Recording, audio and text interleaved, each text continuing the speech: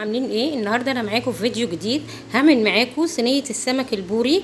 انا جبت هنا اول حاجه سمك اهوت. نضفته كويس. وفتحته من جوه كده وشلت كل البقايا بتاعه الدم اللي بتبقى جواه بالشكل دوت، وشلت القشر اللي بيبقى هنا عليه كده اهو، وعملت فيه فتحات. نقعته في ملح وخل لمده نص ساعه عشان اعقمه بعد ما نضفته من الدم اللي كان فيه. وبعد كده بشطفه وبعدين بصفيه لحد ما يوصل للشكل دوت. والافضل ان انت لما تيجي تنضفي السمك بتجيبي فرشه اسنان تكوني مقصصاها للسمك، حجمها صغير تقدري تخشي لسلسله السمك اللي بتبقى هنا كده اللي فيها الدم ديت، فتقدري تنضفيها كويس. ده بالنسبه للسمك. معايا هنا بقى المقادير اللي انا هعمل بيها حشوه السمك. طماطم متقطعه قطع صغيره، جزر، فلفل رومي، دقه مكونه من توم وفلفل حامي وخل. دي بعملها وابقى مجهزاها في الفريزر، لما اجي استخدمها بروح فكاها وبعد كده بستخدمها في الحشوه بتاعه السمك. معايا ليمون، معايا هنا توابل، كزبره، كمون، ملح بفلفل. دي المقادير اللي انا هعملها حشوه السمك. هبدا دلوقتي هضيف هنا على الدقه ديت الليمون، هضيف الطماطم، ملح بالفلفل، الكزبره والكمون، وهقلبهم هنا كده. هضيف حوالي نص كوبايه خل. الخل دوت يعني حسب كميه السمك اللي انت عاملاه. لو عامله كميه اقل بتحطي خل قليل، عامله كميه كبيره شويه بتحطي نص كوبايه الخل. انا عايزه اتبل كل الخضار اللي انا هضيفه للسمك. الجزر بنبقى مقطعينه ترانشات صغيره وخفيفه كده، شرايح حجمها كبير مش هتستوي بسرعه. ظبط ملح الخضار دوت قبل ما نضيفه للسمك. هجيب بقى السمك عشان احشيه.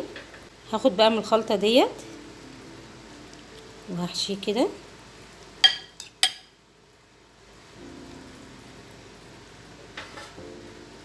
عندي صينيه حطيت فيها زيت وهبدا اضيف السمك كده بالشكل ده. هبدا اضيف السمك كده،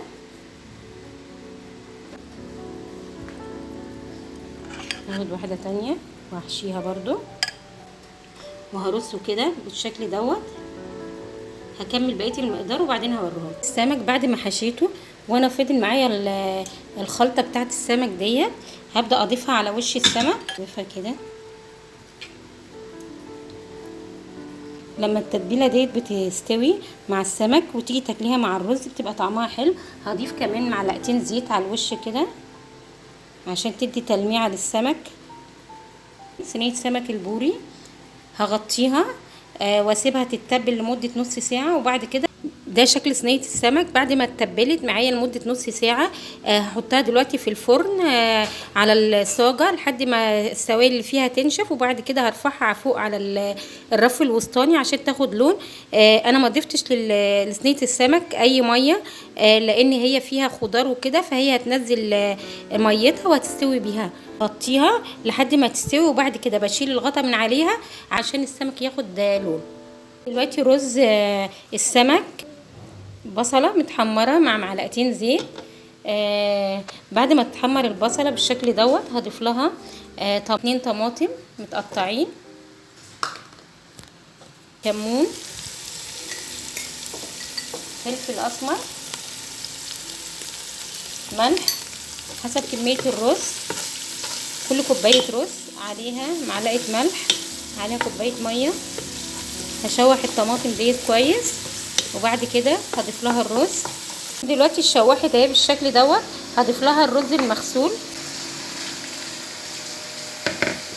اقلب الرز كده مع الطماطم والبصل. وده رز بالطماطم او الرز الاحمر بيتاكل مع السمك. الشوح دلوقتي هضيف له بقى الميه اللي هسويه بيها. ده شكله. الميه تكون مغطيه الرز بارتفاع حوالي سنتي. سويه على نار عاليه وبعد ما يشرب الميه ديت بهدي عليه النار واكمل تسويته. صينيه السمك اهي بعد ما طلعت من الفرن اهوت كمان استوى معايا. وده شكل السمك وبالهنا والشفا. واتمنى ان انتوا تجربوا صينيه السمك البوري في الفرن مع الرز بالطماطم او الرز الاحمر. ما تنسوش اللايك والشير والاشتراك في القناه. بالهنا والشفا.